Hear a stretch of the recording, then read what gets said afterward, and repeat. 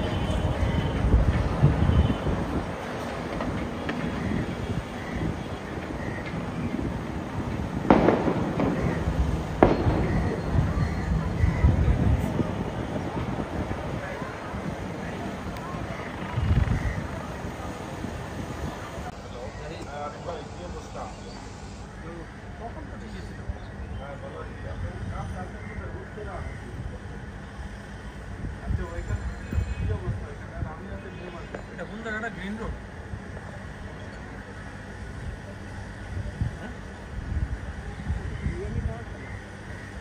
কোনটা?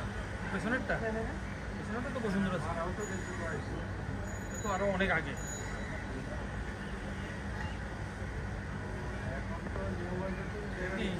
সায়েন্স ল্যাবরেটরিতে আগুন দিয়েছিল।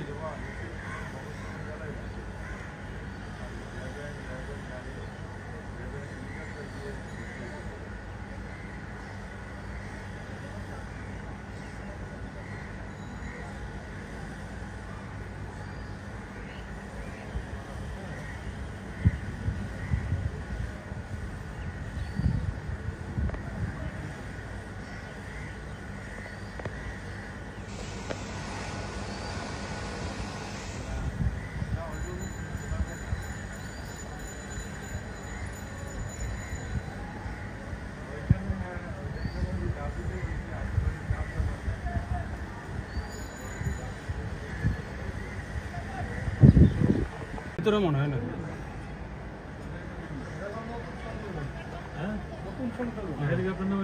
যুদ্ধ অবস্থা করবে, একটু পরে যুদ্ধ বিমান নামাবে, একটু পরে যুদ্ধ বিমান নামাবে।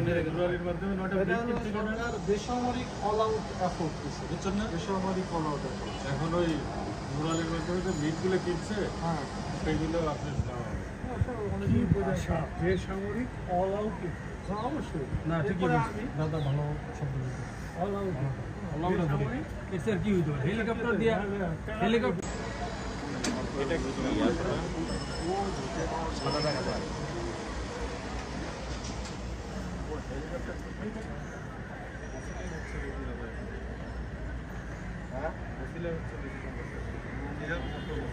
তোমার বিএনপির তো মিটিং চলতেছে, কে বলতেছে? আমরা কিছুই জানো না, পার্টি অফিসের সামনে মিটিং হচ্ছে। তাহলে কেমন কি বিএনপি করতেছ? আমি কিচ্ছু বুঝলাম না। এটা কোনো কত খবর লোক মনে হয় যে পানি মানে আগুন ধরলে যে পানি দেয় না, ওরকম একটা জিনিসটা অংশ রঙিন পানি ছিটায় এত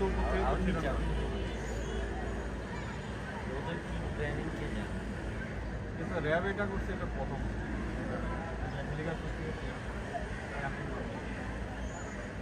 এই রাস্তায় মারছে।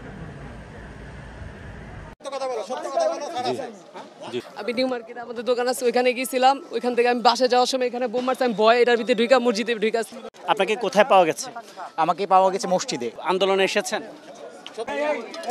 আন্দোলনে আসি নাই, আন্দোলনে আসি নাই ভাইয়া, আমরা আন্দোলনে আসি নাই।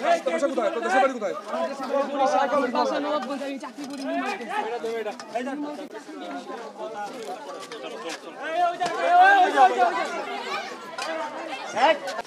বিশ্বাস করেন ভাইয়া।